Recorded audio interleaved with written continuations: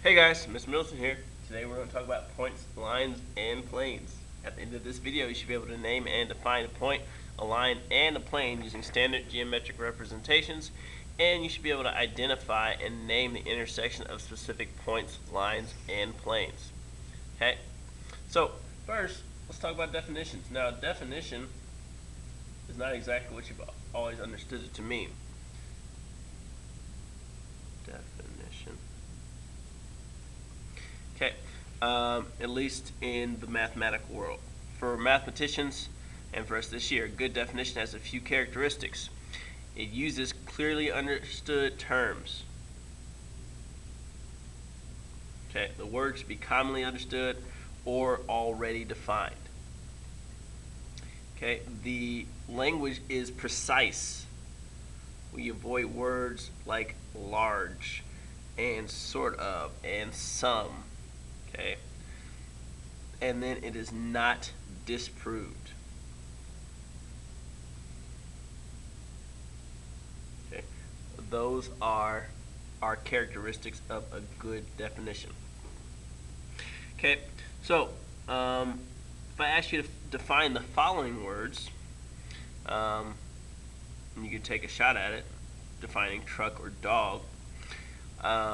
Using these characteristics of a good definition, I think you'd have a pretty tough time. So take a second doing that. Now, if you said a truck was something with four wheels, then what about a car? What about a garbage truck or a semi? Some people call those trucks. They have more than four wheels. Or if I said a dog was an animal that wagged its tail. Cats wag their tail. Although I said it's something that barks. Well, seals do that. So it has to be not only terms that we use, precise, but not disproved. And there's a lot of things in most of our definitions that we would think of right off the bat that would break one of those characteristics of a good definition. Okay. All right. So in geometry, speaking of definitions, we will have a few undefined terms.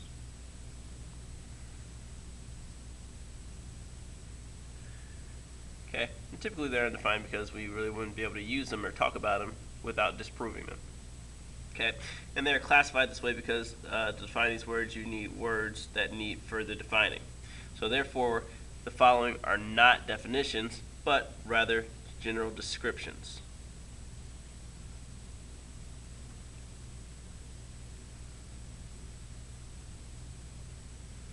Okay. Then general descriptions of their meanings. So the first one is a point. A point is a location that has no size. It is represented by a small dot and named using one capital letter.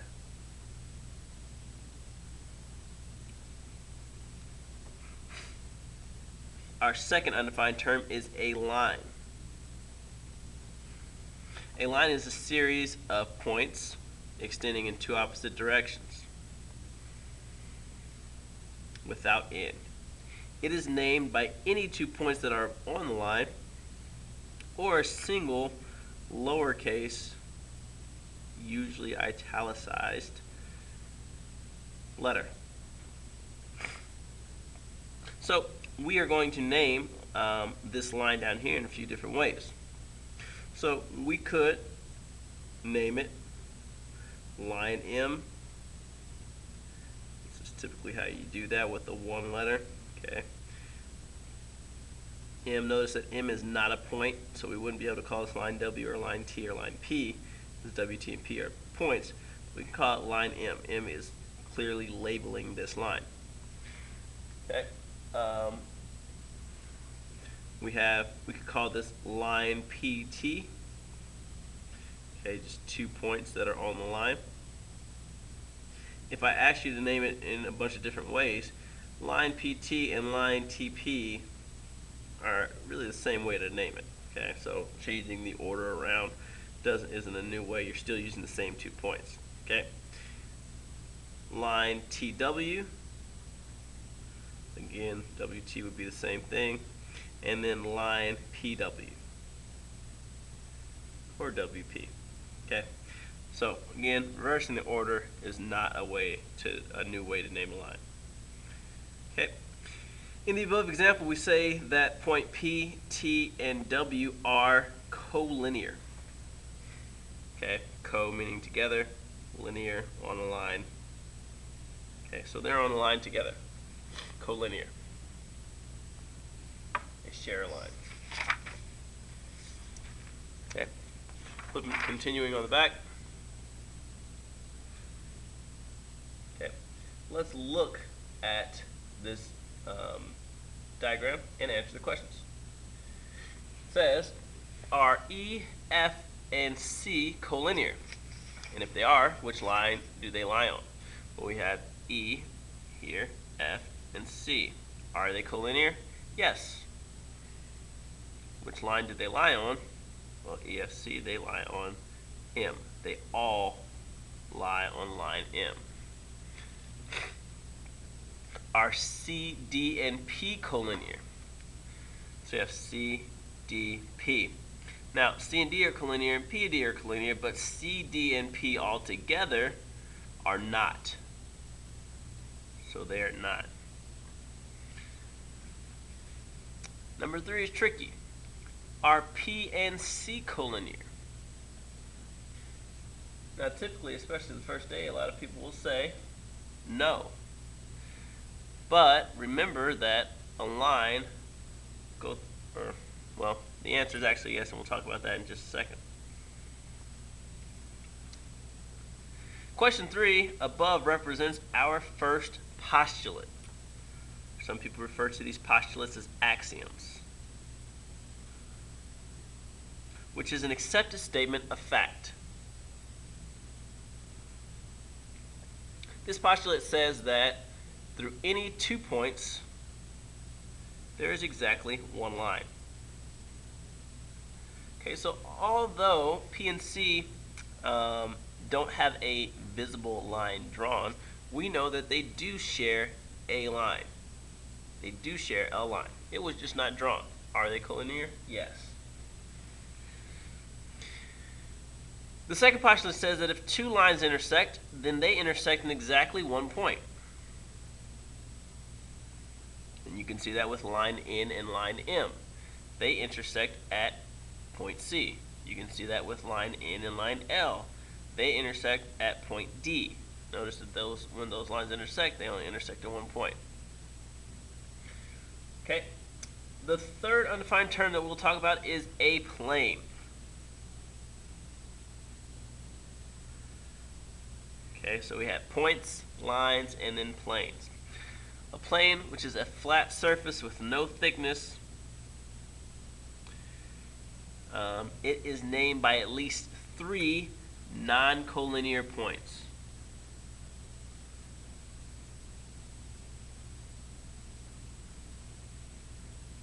That's the most typical way that we'll do that. Or it can be named by a single capital letter.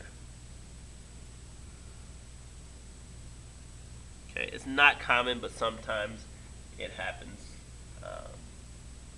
And so here in our diagram, we have a plane, and they want us to name this a few different ways. So I'm going to name this, I can name this plane Q. Okay, notice there's a Q, has no point, there's nothing that it's labeling outside of just the plane, so plane Q. We could also name it by points, so we could call it plane ADB. We just say ADB, we don't have to write plane ADB.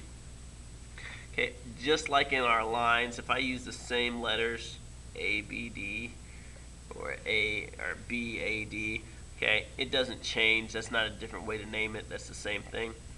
And then we could also name it plane DBC or any combination of those 3 letters. Okay. Notice that we did not call it plane ABC. Okay, we did not call it plane ABC because A, B, C are all collinear points. Okay, and we'll talk about that a little bit more if you want to see a demonstration of why we can't name it a plane by 3 collinear points. I will show you. Okay. Alright, so we say that the line and point D, so the line ABC or the line AB and point D are coplanar. It's actually just one word, but I like to separate it here so you can see together on a plane. So they lie on the same plane. So our third postulate, dealing with planes, says that if 2 planes intersect, then they intersect in exactly one line. And you can get a visual of this just by looking at your classroom or whatever room you're in, probably. If you look at a front wall and a side wall, you'll see those walls are good representations of planes, and where they meet, they create a line, or the crease or the corner. Okay? So when 2 planes intersect, they create a line. And the final postulate says that through any 3 non-collinear points, there is exactly one plane.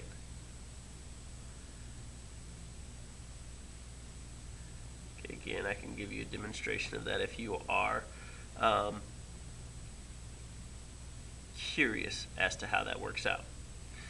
Alright, so we have those terms. We get to use those a little bit. Now let's look at some examples of just identifying. So, bottom here it says to name the plane representing the top of the box. Okay, it's a plane, so we know you have to use 3 non-collinear points. The top of the box has these E, F, G, H. So I'm going to just use 3 of them. I'll call it E, F, G. That is the plane at the top. Could also say E, F, H or G, F, E, something like that. Okay. What is the intersection of GH and CG? So GH is this line up here. CG is this line in the back corner. Where do they meet? They meet here at G. Point G. Okay, 2 lines intersect in a point. Okay, what is the 4th point in BFH? So BFH, if I look at these, I see that they're all part of that front plane. And so the other point is point A.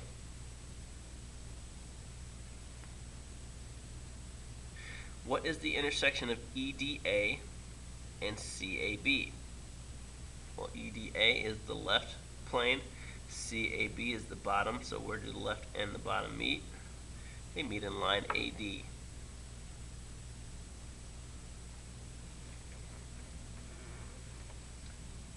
What is the intersection of EG and CDG? So we have line EG, this back top crease here, and CDG, which is the back plane. Well, you'll notice that that line is actually a part of the plane. So in this case, that line is the whole intersection, EG.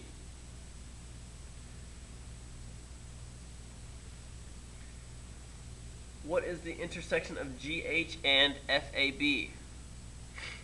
Well, GH is up here.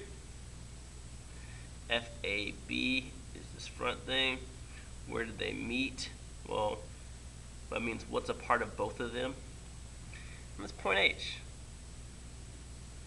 Okay, so you'll see that with a line and a plane, sometimes when lines and planes meet, they can create a line or intersect in a line, and sometimes lines and planes can intersect in a point. Okay, final question, and this is a little bit of a toughie. It says, what is the 4th point of EDB? Okay, so we have ED, we have B, we know that these are part of a plane. Okay, that 4th point has to be a part of that same plane. I'm going to continue and show you that this plane is kind of like the barrier, like an invisible barrier that cuts that room in half, or that box in half diagonally. And so the 4th point of that plane is point H. Okay? So our goal at the beginning of this was to name and define point, line, and plane. using geometric representations, and to be able to identify the name, the intersections of specific points, lines, and planes. So able to go through that. I'll see you.